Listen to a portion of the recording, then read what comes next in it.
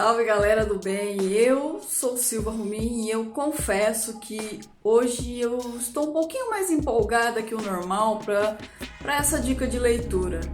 Nós vamos conversar um pouco sobre uma das minhas obras prediletas, O Homem que Matou Getúlio Vargas, de Jô Soares. Bom, a despeito do título ser O Homem que Matou Getúlio Vargas, o Getúlio aparece pouco, mais lá pro fim do livro. A história em si, ela acompanha a vida de Dmitri Borja Korosek. Então, se passa entre os anos de 1897 e vai realmente até a morte de Getúlio em 1954. Alguns pontos interessantes sobre o Dmitri. Ele é sérvio, nascido na Sérvia, seu pai era sérvio e sua mãe era brasileira.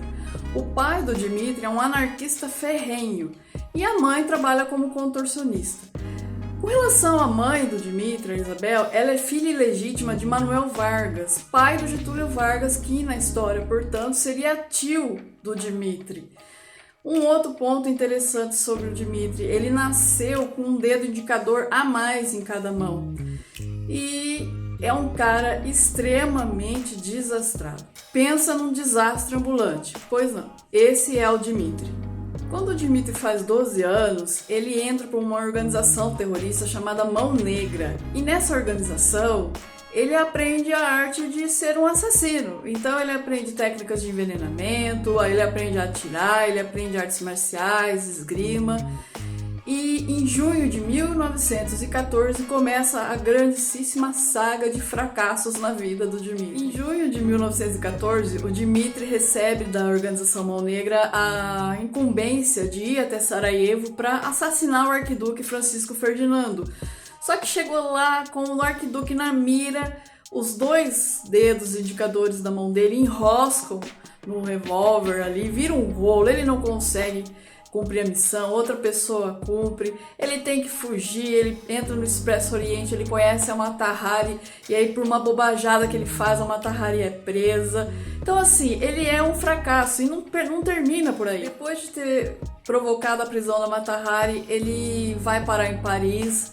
Em Paris ele começa a trabalhar como taxista e ele é selecionado para ser um dos taxistas que ajudariam a deslocar as tropas para o fronte de batalha, que seria depois na história conhecido como a Batalha do Marne. Só que com soldados todo dentro do seu táxi ele se perde, vai parar em outro lugar.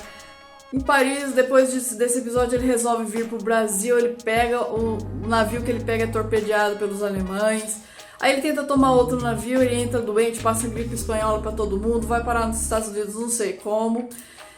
E entra pra gangue do Al Capone, provoca a prisão do Al Capone, a condenação do Al Capone, enfim, ele é um desastre. Bom, gente, pelo pouquinho que vocês viram nessa narrativa, já é possível ver o próprio estilo de escrita do Jô Soares. O Jô Soares, ele é peculiar nesse sentido, ele pega uma realidade histórica e insere uma ficção, uma personagem fictícia dentro dessa realidade histórica, e com isso vai fazendo o leitor analisar o mundo naquela época, naquele contexto, naquela situação. Dentre os pontos que eu gostaria de ressaltar é a própria escrita do Jô Soares. O Jô Soares ele tem uma escrita muito acessível, eu sei que muita gente acha que ele é rebuscado, principalmente pessoas que acompanharam o programa dele de entrevistas, mas pelo contrário, ele é muito fácil de ser lido. É muito comum as pessoas conseguirem ler as obras do Jô Soares em 1 ou 2 dias, porque ela é muito dinâmica, ela não para. E é um capítulo puxando o outro e você não consegue parar até chegar no fim. Algo que é empolgante na obra do Jô Soares é que ele costuma encher as histórias de easter eggs. No Homem que Matou Getúlio Vargas, por exemplo, existem 2 easter eggs interessantíssimos. Um acontece com o Dmitri morando em Paris, porque como ele dirige o táxi, ele é extremamente estranho, ele começa a ser investigado pela polícia local. E um inspetor chamado Javert, ou Javert, eu não sei como se pronuncia, fica na cola dele o tempo inteiro ali. E esse inspetor, gente, ele é neto do inspetor Javert, ou Javert, que tem no livro, que é citado no livro Os Miseráveis. Outro easter egg interessante é quando o Dmitri está no Brasil já e ele é preso. e um francês homossexual ajuda ele a fugir da cadeia. E essa cena é uma referência a um livro também, um outro clássico chamado Papillon. Muito interessante. Tem filme, tem livro, se vocês quiserem dar uma olhadinha na obra. Acho que um outro ponto a ser ressaltado é a forma descomplicada com a qual a história é contada. História, eu falo história mesmo, os eventos que se sucederam entre 1897 a 1954.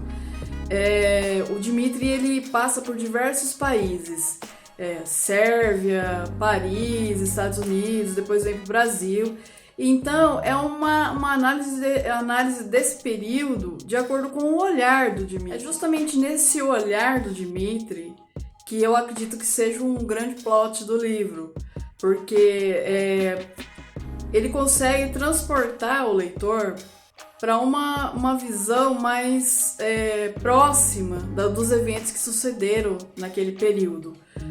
Porque nós sabemos que, como historiador, como professor de história, nós sabemos que é muito fácil você criticar ou analisar um evento quando ele se deu no passado.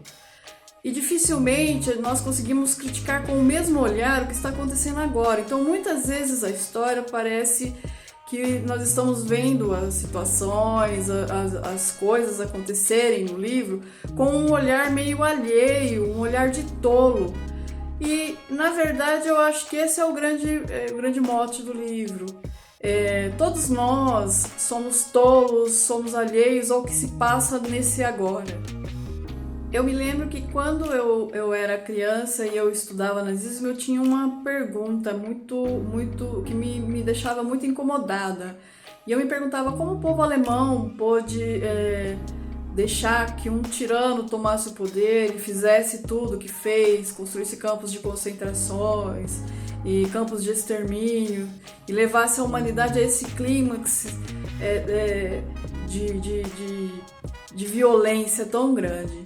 Até que aí, já na idade adulta, eu conheci uma pessoa um professor meu de ética, havia feito doutorado na Alemanha e morando lá há muito tempo, ele conhecia um pouco do cultural alemão e eu fiz essa pergunta para ele. Ele falou: Gisele, é a situação de você perguntar por que nós elegemos um presidente que está aí no poder agora, porque nós não temos essa visão mais ampla do que está acontecendo à nossa volta.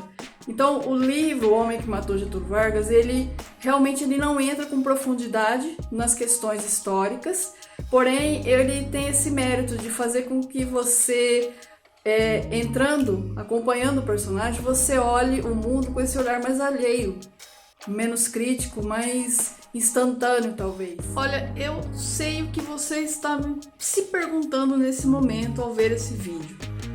Nossa, mas o que Getúlio Vargas tem a ver com essa história? Bom, gente, vamos pensar o seguinte. Se você for ler o livro, você vai ver que uma das grandes birras do Dmitri é que ele odeia tiranos. E uma das motivações que fez com que ele viesse para o Brasil é que no Brasil tinha um tirano. Na visão dele, Getúlio Vargas era um tirano.